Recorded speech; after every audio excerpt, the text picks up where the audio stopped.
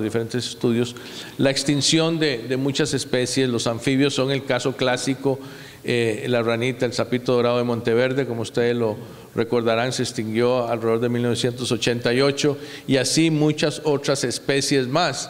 Y alguna gente dirá, bueno, pero los sapos de por sí no, ¿qué es lo que hacen? Bueno, además de comer insectos.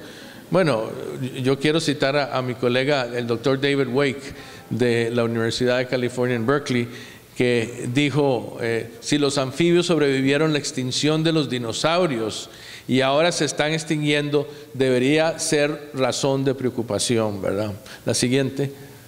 Esto pues entonces nos lleva al tema que es la iniciativa del presidente.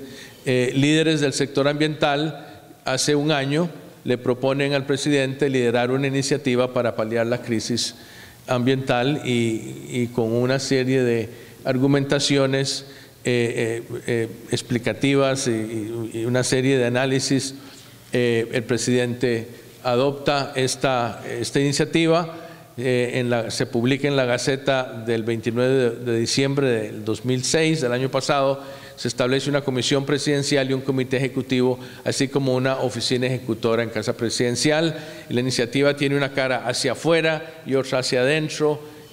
Cómo poder discutir y debatir los diferentes aspectos de la crisis ambiental. Una de las cosas que se hizo con la iniciativa fue crear subcomisiones de trabajo en temas relevantes, y la lista crece y crece porque casi todo tiene que ver, algo tiene que ver con el tema ambiental. El tema ambiental es muy transversal y vemos que de estas comisiones de trabajo, que por cierto incluyen como a 200 personas que están trabajando ad honorem, los temas son cambio climático, estructura del SINAC, financiamiento, etcétera. Cosas que evidentemente caen por su propio peso, energía, turismo, todo tiene que ver con el tema.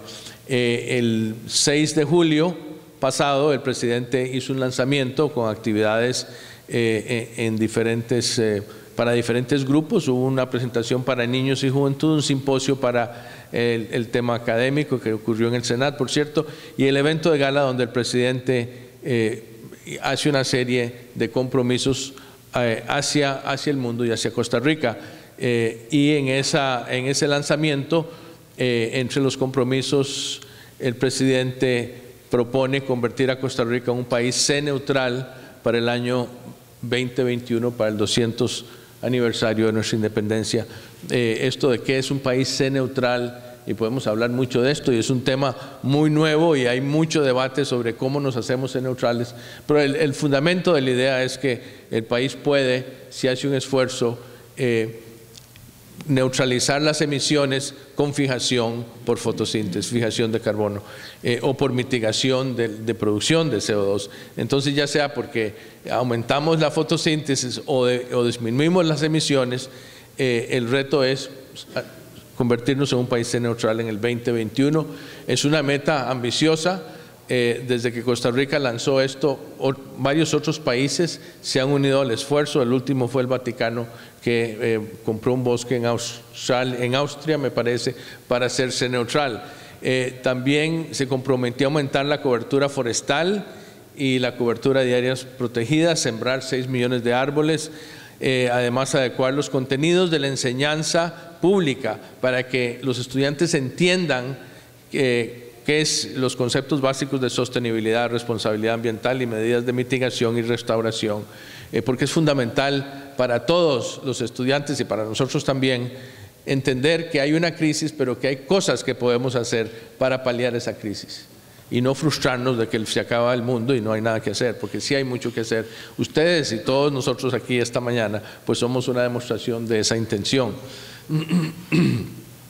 Yo quisiera rápidamente, por el tiempo, nada más indicar que hacia adentro sabemos que nuestro país tiene serios problemas, no podemos engañarnos, porque sabemos que hay problemas en el manejo de desechos sólidos, ya se dijo acá, manejos de desechos sólidos, líquidos, manejos del recurso hídrico, dependencia en el petróleo para transporte, educación para la sostenibilidad. Tenemos que enfrentar y buscar todas estas metas como el turismo sostenible. Y por supuesto sabemos que la coherencia entre nuestro discurso y la acción política del gobierno debe ser la garantía de cumplimiento de la iniciativa Paz con la Naturaleza. La siguiente.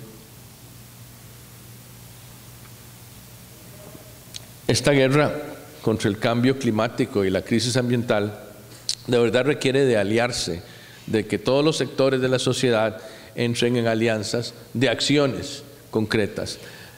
No se resuelve sin la colaboración de toda la sociedad, empresarios privados, sindicatos, asociaciones solidaristas, académicos, gobiernos y todos los individuos de nuestra sociedad.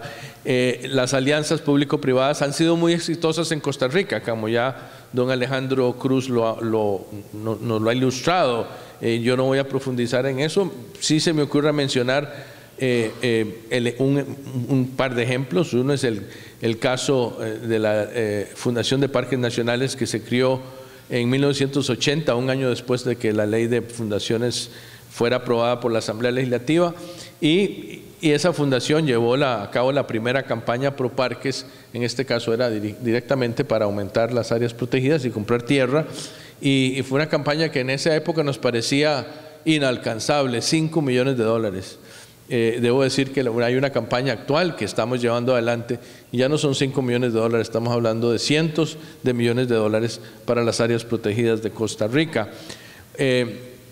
Hay muchos ejemplos más, además de los que Alejandro mencionó, de colaboraciones público-privadas, las asociaciones como el CCT, la OET, el INVIO, ONGs como CRUZA, que yo también me uno al agradecimiento a esta fundación que ha jugado un papel vital en el desarrollo de la ciencia y la tecnología y que también ha estado apoyando esta iniciativa.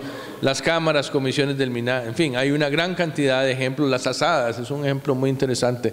En Costa Rica hay miles, no me acuerdo el número exacto, pero son creo que 2,000 asadas que manejan el agua en las comunidades. Es algo muy, muy interesante. Y están otros ejemplos como la campaña Porosa, en que se han aliado ONGs conservacionistas como TNC, CI, CRUZA, con empresarios locales, la campaña para un fondo patrimonial para las áreas protegidas, ya se las acabo de mencionar también. De modo que si ustedes dicen, ¿qué podemos hacer? Bueno, aquí hay un ejemplo muy concreto de cómo la empresa privada puede colaborar en lo que pretendemos sea el primer país que tiene un sistema de áreas protegidas con una garantía de financiamiento perpetuo, porque ese es el plan, esa es la intención del fondo patrimonial, es poder darle a estas áreas una entrada independiente de los vaivenes del presupuesto nacional. Creemos que estamos ante una oportunidad única. El mandato del presidente ha dado origen a una planificación, porque el 7 de julio, un día después de que el presidente nos dijo sus planes, nos dimos cuenta que ya teníamos un menú grande de acciones que tenemos que tomar para ser neutrales. Tenemos que empezar por saber claramente qué significa eso y cómo vamos a involucrar a la sociedad en este esfuerzo, que nos ha puesto otra vez en el liderazgo con 5 otros países, Nueva Zelanda, Noruega, en fin. Existe una labor de concertación muy importante que hay que hacer en Costa Rica. Yo creo que todos estamos de acuerdo que es el momento, y que eso implica una cierta educación, no solo en las escuelas, no solo en la educación formal, sino también a nivel de la sociedad en general.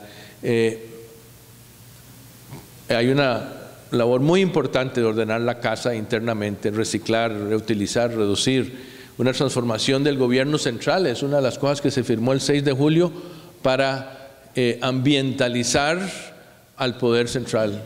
Si vamos a hablar de paz con natura, tenemos que dar el ejemplo. No podemos predicar y por un lado y no actuar coherentemente por el otro. Y el presidente ha tenido eso muy claro, y el 6 de julio él y el ministro de Ambiente y Ambiente y Energía firmaron esto. Quisiera terminar con unas palabras de don Oscar, del presidente, que a mí me han impactado mucho. Dice: para sobrevivir el siglo XXI necesitamos una ética diferente a la del pasado, que reconozca nuestra interdependencia, que entienda que somos responsables unos por otros.